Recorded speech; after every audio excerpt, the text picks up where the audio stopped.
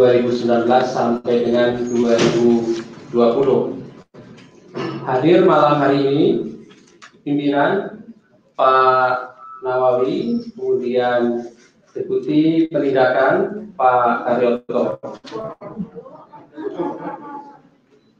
Nanti akan disampaikan poin-poin mengenai perkembangan kegiatan tangkap tangan dimaksud oleh pimpinan, dan setelahnya nanti kami persilahkan kepada rekan-rekan untuk bisa bertanya lebih lanjut terkait dengan kasus ini, gitu ya. Kami persilahkan, nanti ada 2 sesi, masing-masing 3 orang penanya di sebelah kanan dan di sebelah kiri, termasuk nanti teman-teman ada yang di luar sana juga boleh bertanya via online. Perlu juga disampaikan, karena kita dalam suasana juga harus menjaga jarak, termasuk juga di depan sini, maka setelah dibacakan poin-poin oleh pimpinan, nanti para tersangka ini akan kembali ke belakang untuk melakukan pemeriksaan lanjutan, dan kemudian nanti akan ditunjukkan barang bukti. Setelah itu nanti tanya jawab, gitu ya, rekan-rekan semuanya. Baik, kami persilahkan Pak Nawawi untuk menyampaikan beberapa poin-poin terkait dengan perkembangan kegiatan tangkap tangan yang dilakukan oleh KPK kemarin dan hari ini. Kami persilakan, Pak. Ya, Pak Deputi. Assalamualaikum warahmatullahi wabarakatuh. Waalaikumsalam. Selamat malam. Sekali lagi mohon maaf kepada rekan-rekan yang katanya sudah menunggu cukup lama. Berikut kami bacakan sedikit mengenai pointers dari konferensi pers ini.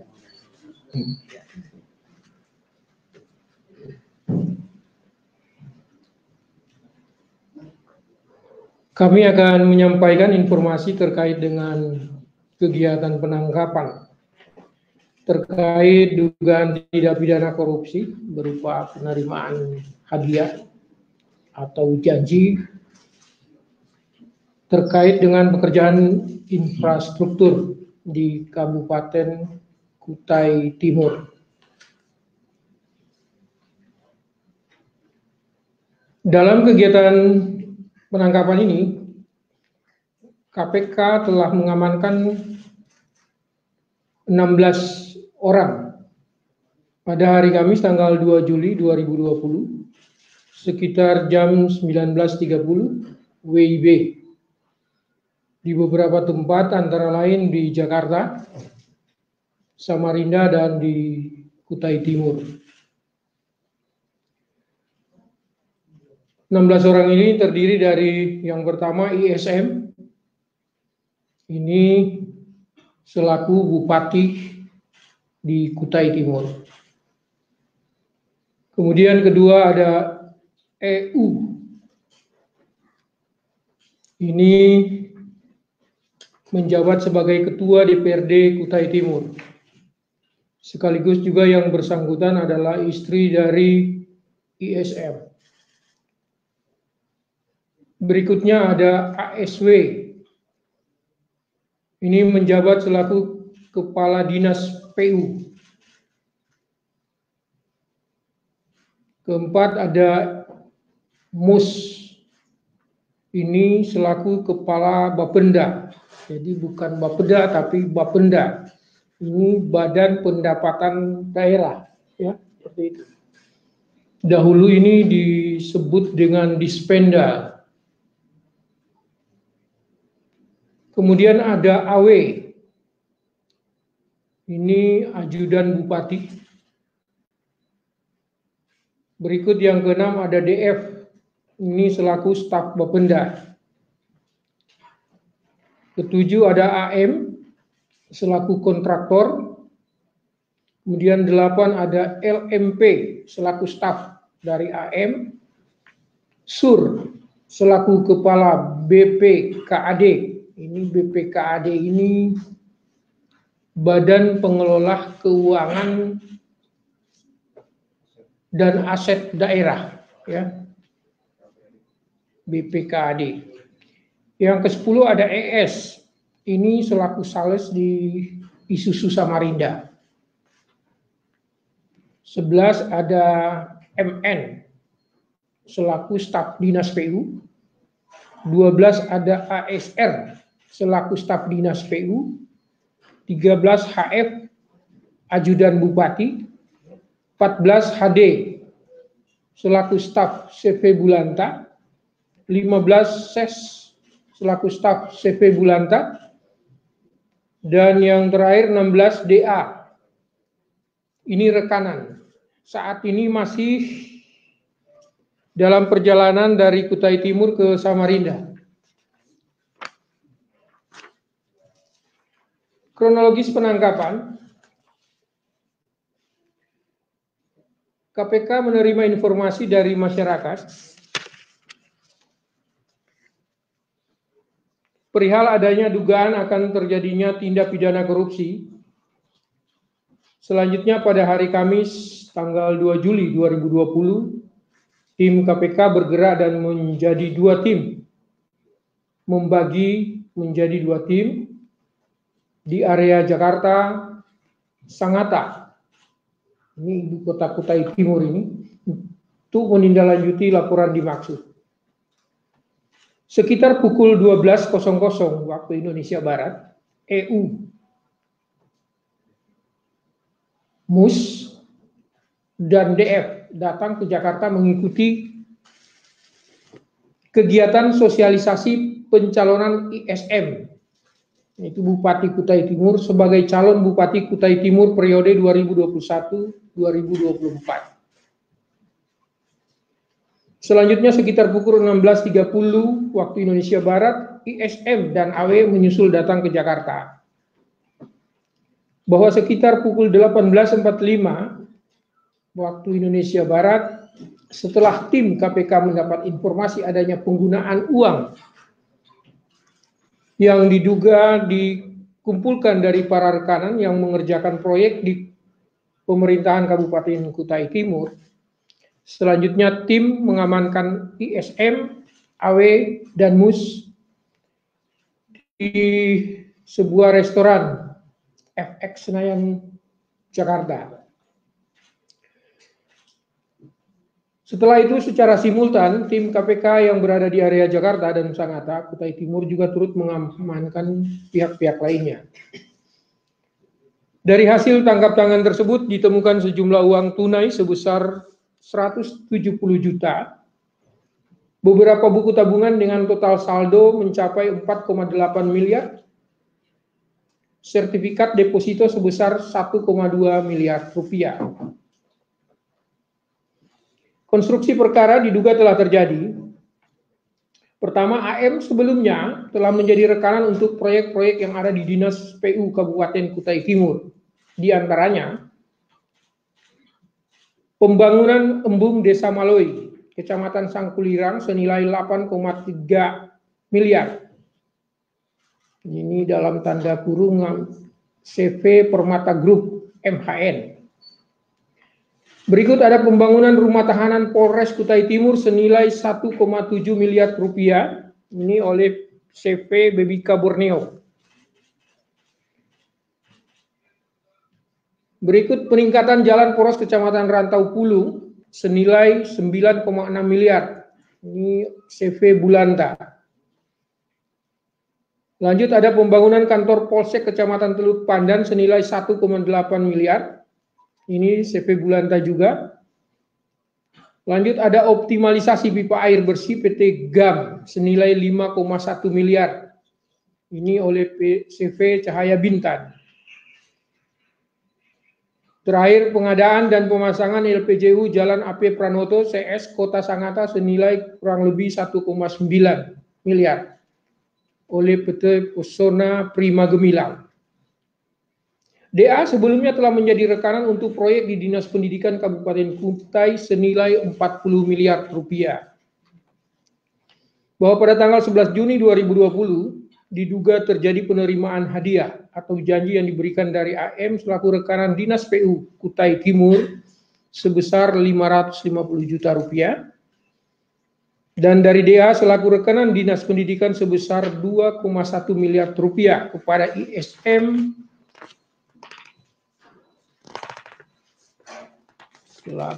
selaku Bupati Kutai Timur melalui Sur selaku Kepala BPKAD dan Mus selaku Kepala Bapenda bersama-sama EU selaku Ketua DPRD Kutai Timur.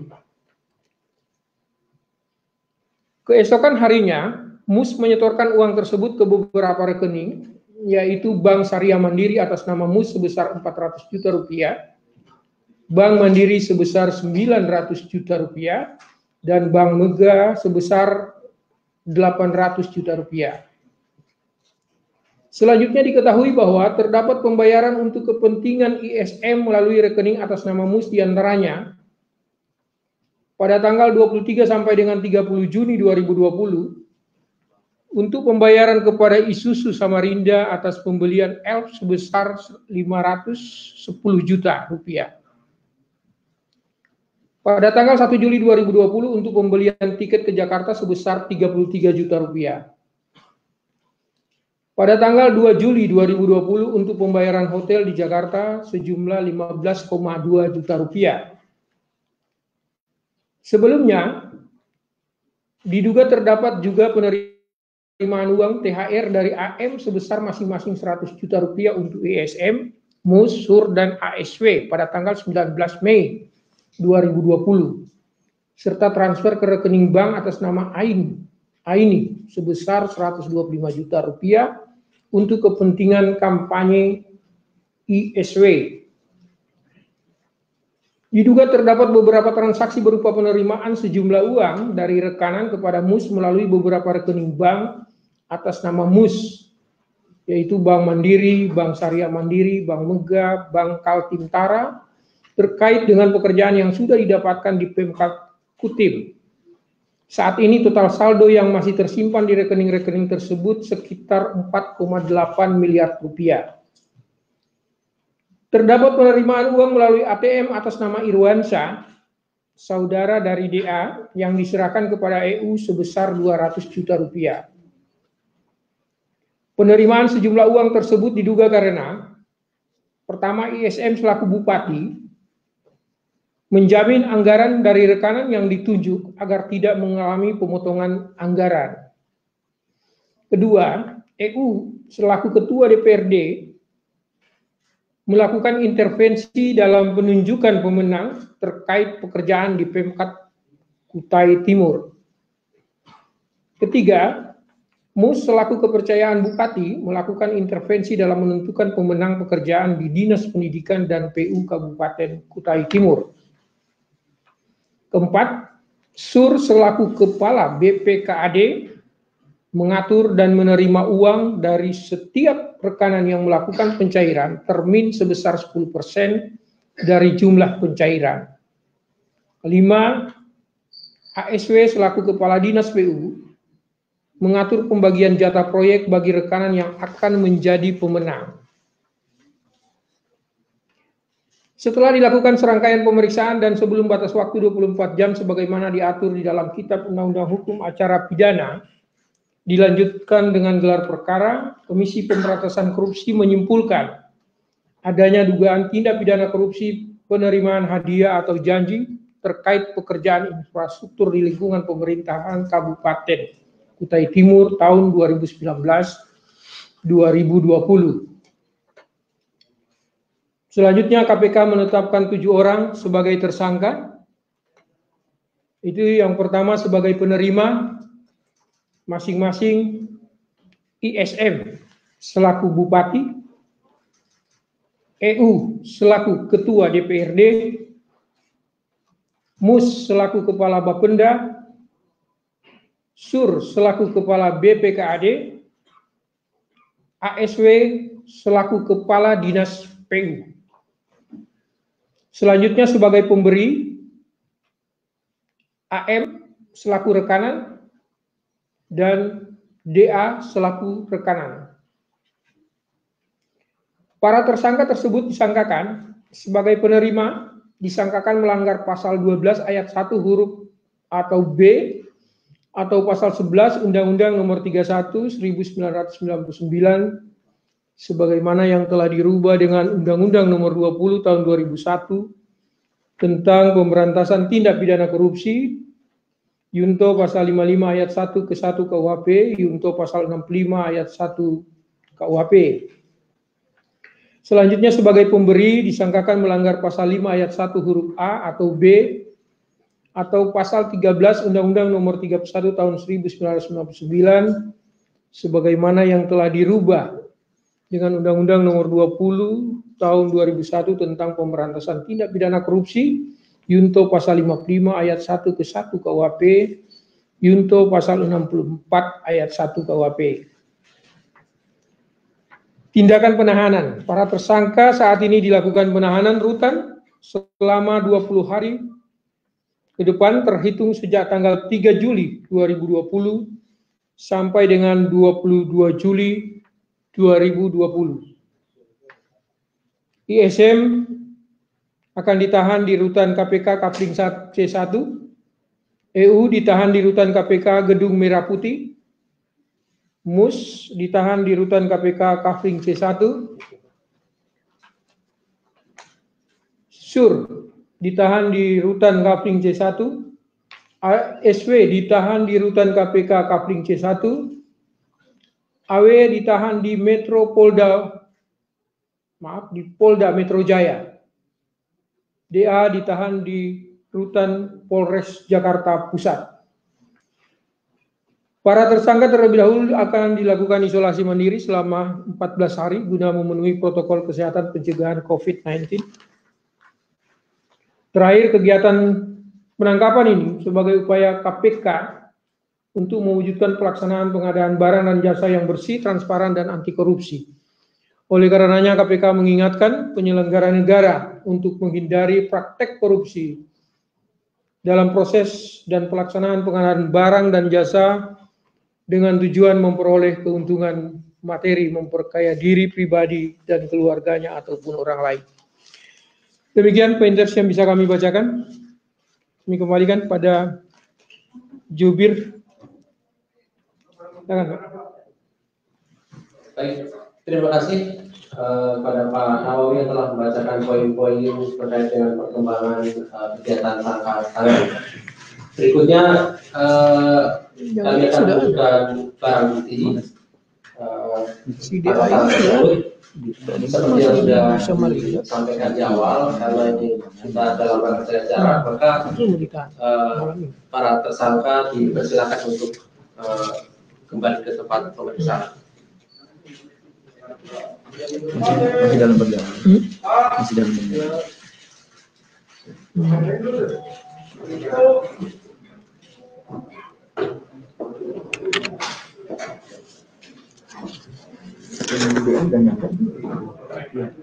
Ya, kita teknis nanti bukti ya.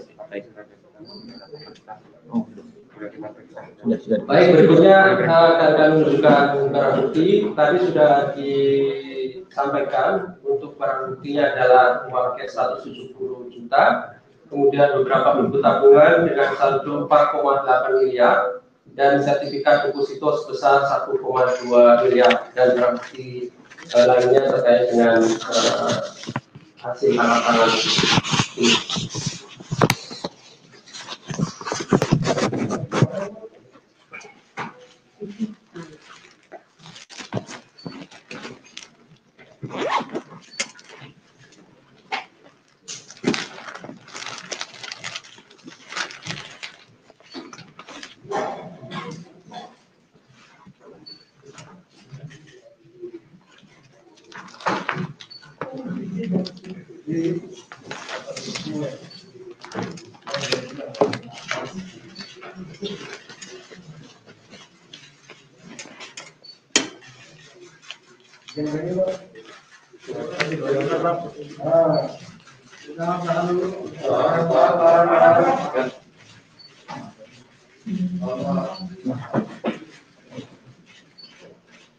Diri. Diri Pak.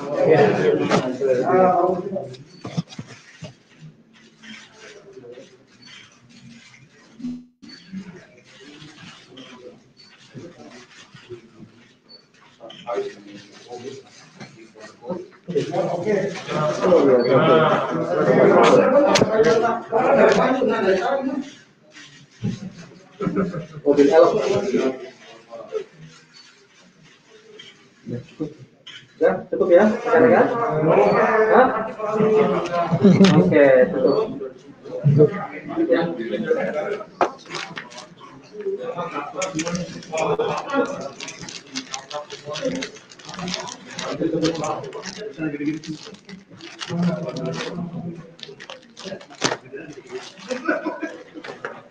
Ya, terima kasih Mas. Terima kasih Mas.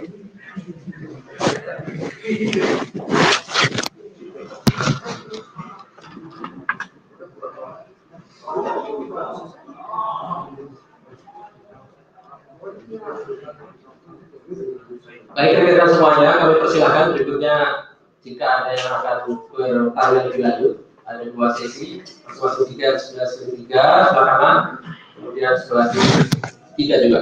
Oke, sebelah sini ada 3 tadi, sebutkan nama dan mana. Silakan. Oke. Ada Mas. Keras mungkin suaranya ya? Enggak, tapi suara keras saja Mas. Saya Yogi dari Kompas. Tadi sempat menyinggung kalau korupsi ini untuk kampanye ya Pak. Berarti terkait dengan pilkada. Nah kalau dengan ini kan sebenarnya sangat berbahaya gitu untuk selama masa pilkada 2020 ini. Nah ini sikap KPK ini dalam proses pilkada ini bagaimana? Apa yang akan dilakukan? Apakah akan tetap melakukan OTT sebiar mungkin supaya tidak terjadi korupsi lagi? Oke, kita aja Mas Ugi, terima kasih. Berikutnya, Mas Sigro.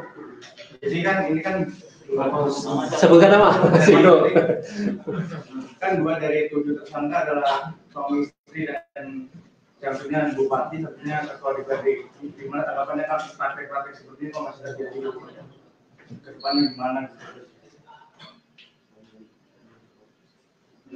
Apa yang kita bagian dari family corruption kayak itu tadi. Itu yang ketiga ya saya Mas Haji sebutkan nama. Selamat malam Pak Anawi. Saya Rosen Haji dari Tempo.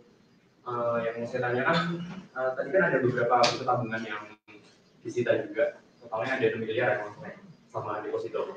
Nah itu peruntukannya apa? Dan itu disita di Jakarta ya Pak. Nah itu kenapa dibawa ke Jakarta gitu? Apakah ada juga bahwa uang tersebut terkait pilkada untuk mahar politik ke sejumlah parpol?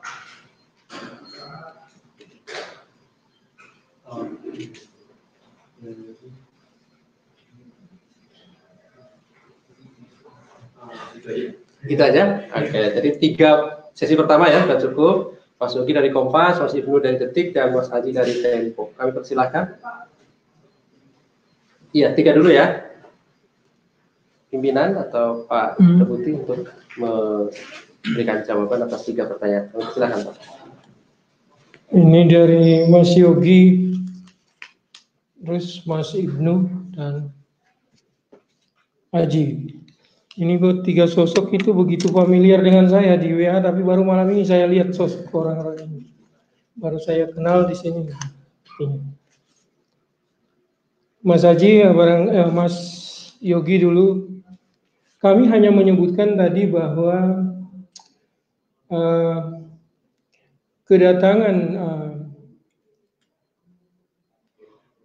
Bupati Kutim ke Jakarta ini dalam kaitannya dengan mengikuti kegiatan sosialisasi pencalonan yang bersangkutan sebagai calon Bupati Kutai Timur untuk periode 2021-2024. Itu yang kami sebutkan tadi. Kami tidak dalam posisi untuk menyikapi bahwa apakah itu kaitannya dengan kampanye, upaya dan lain sebagainya. relevansinya dengan pilkada, kami tidak sampai kepada tanggapan terhadap hal dimaksud. Mengenai bahwa dua terdakwa ini suami istri dan satunya menjabat bupati dan satunya ketua DPRD, ini kami serahkan kepada masyarakat untuk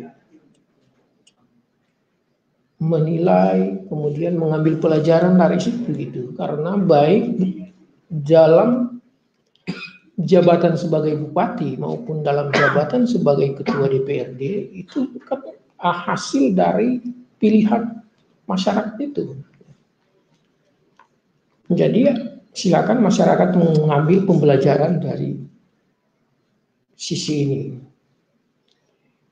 Dari Mas Aji mengenai soal buku tabungan ini barangkali agak teknis banget. Kami serahkan kepada Pak Deputi Penindakan. Ini kenapa kok bisa ada buku-buku rekening ini dibawa ke sana kemari gitu. Silakan Pak Deputi.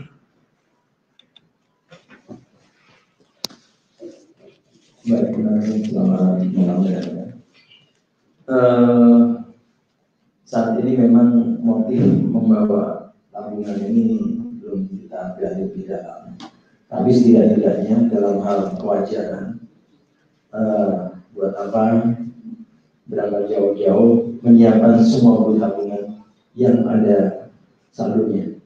Nah tentunya ini kan ya mungkin kalau kita mundur 1 hari lagi kita tidak tahu apakah yang akan terjadi. Tapi karena menangkapnya hari kemarin, ya keadaannya masih seperti itu. Buku tabungan dibawa dengan saldo yang cukup besar. Dan sebenarnya buku tabungan ini memang penampungan buat rekening penampungan. Kalau dari profil dia sebagai seorang pegawai negeri di level-level eselon 3 itu, ya tidak mungkin duitnya sebanyak itu. Dan bukti transfernya sudah jelas dari pemeriksaan awal memang didapatkan dari A, B, C, D yang ada kaitannya dengan pekerjaan proyek. Jadi kalau itu nanti untuk apa, motifnya apa, tidak kita dalami. Terima kasih. Baik, terima kasih Pak Nawawi dan Pak Karyoto. Sesi kedua ada 3 orang penanya, saya persilakan. Ya, 1, ada lagi?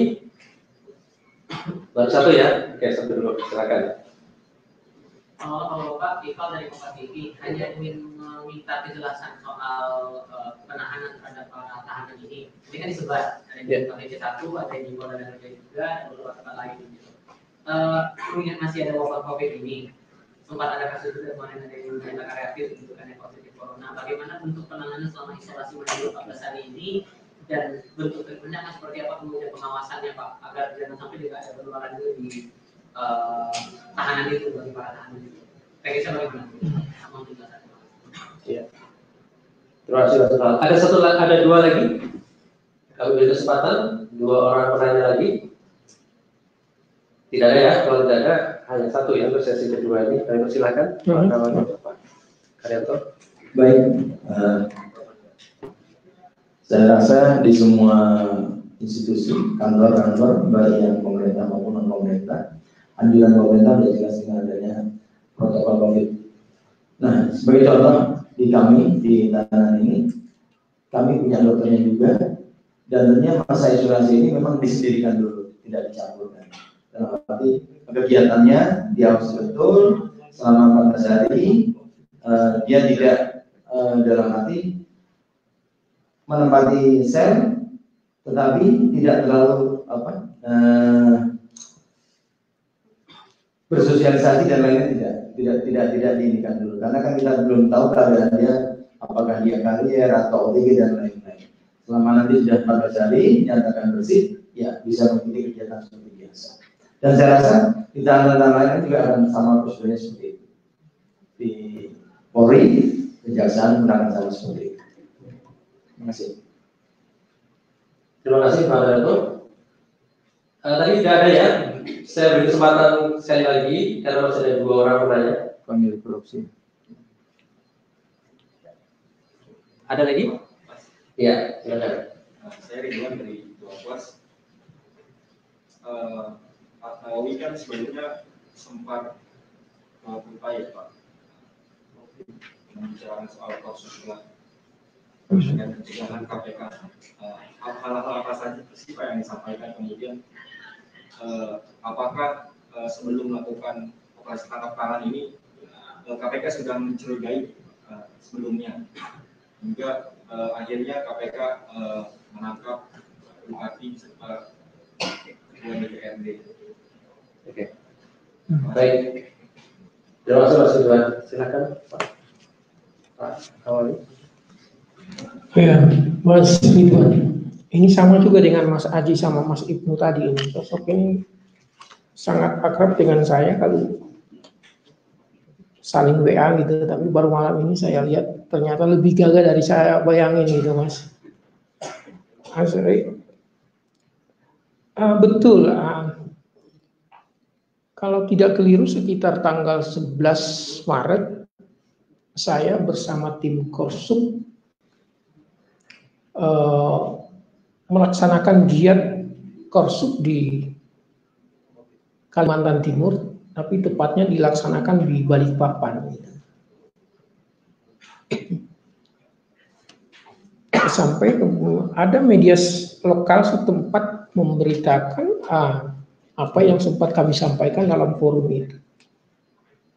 Sedapatnya kebetulan waktu itu kami ada punya catatan untuk Kaltim, ada kasus OTT juga itu, proyek pembuatan jalan Samarinda Bontang kalau tidak keliru itu, DJPN atau apa itu. Kami ingatkan agar di Kaltim jangan terjadi lagi OTT gitu. Sedapatnya tidak terjadi lagi gitu. Tapi nyatanya seperti ini gitu. Kami sampaikan pada waktu itu bahwa dalam kaitannya dengan PBJ pengadaan barang dan jasa ini betul-betul tidak ada lagi permainan-permainan gitu. Karena kami KPK dengan Korsub kami betul-betul memantau setiap giat yang berhubungan dengan PBJ dimaksud. Ancaman ini malah kami sampaikan kepada para pejabat pemerintahan maupun para kontraktor di Kalimantan Timur. Nyatanya seperti yang kita lihat sekarang.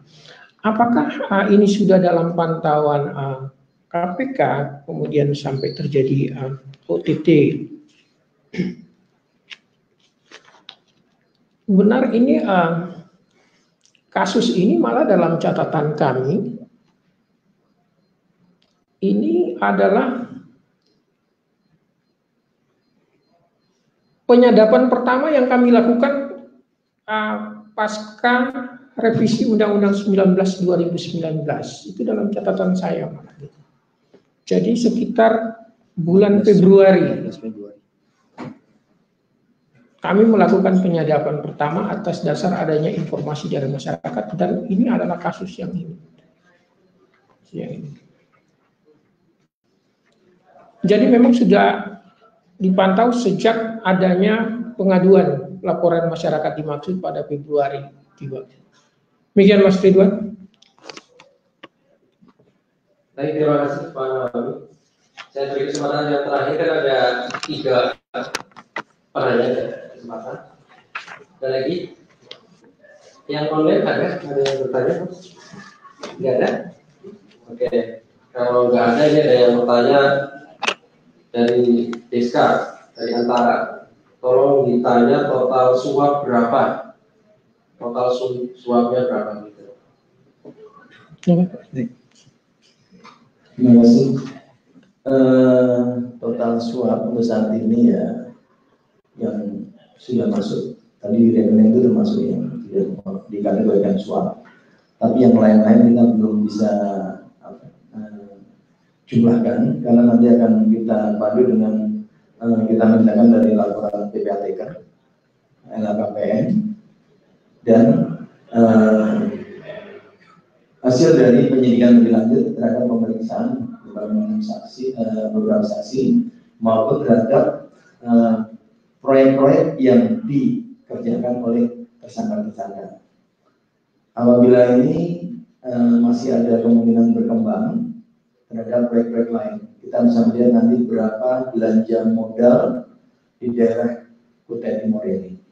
Kalau banyak dan prototipe suapnya seperti itu 10%, nanti akan kita bisa melihat apakah semua proyek dikenakan pungutan 10% atau tidak. Ini akan menjadi tantangan kami untuk penyidikan lebih lanjut. Terima kasih. Baik, terima kasih Pak Kadek telah memberikan jawaban dari pertanyaan tadi Pak Rizka dari kita. Terima kasih. Jadi saya kira sudah cukup sesuai dengan tadi yang disampaikan di awal. Untuk kata penutup, barangkali ada yang mau disampaikan, Pak. Kami persilakan. Oh yes, kami ingin menyampaikan bahwa dengan giat penangkapan yang dilakukan ini, bagi KPK dan masyarakat, paling tidak menunjukkan bahwa kami terus bekerja di tengah musibah pandemi 19 ini, di tengah tergerusnya rasa kepercayaan masyarakat terhadap Komisi Pemberantasan Korupsi. Kami ingin katakan bahwa kami terus bekerja, dan pada setiap penyelenggara negara dengan giat penangkapan ini, sinyal bahwa kami terus melakukan pemantauan. Mata KPK adalah mata masyarakat yang kemudian disampaikan kepada KPK. Demikian, terima kasih. Baik, terima kasih kepada Pak Nawawi. Dengan demikian berakhir acara malam malam hari ini. Kami sampaikan saya yakin terima kasih atas kehadiran dari rekan semuanya, dan jika ada kekurangan dan kesalahan mohon dimaafkan. Assalamualaikum warahmatullahi wabarakatuh. Selamat malam, terima kasih.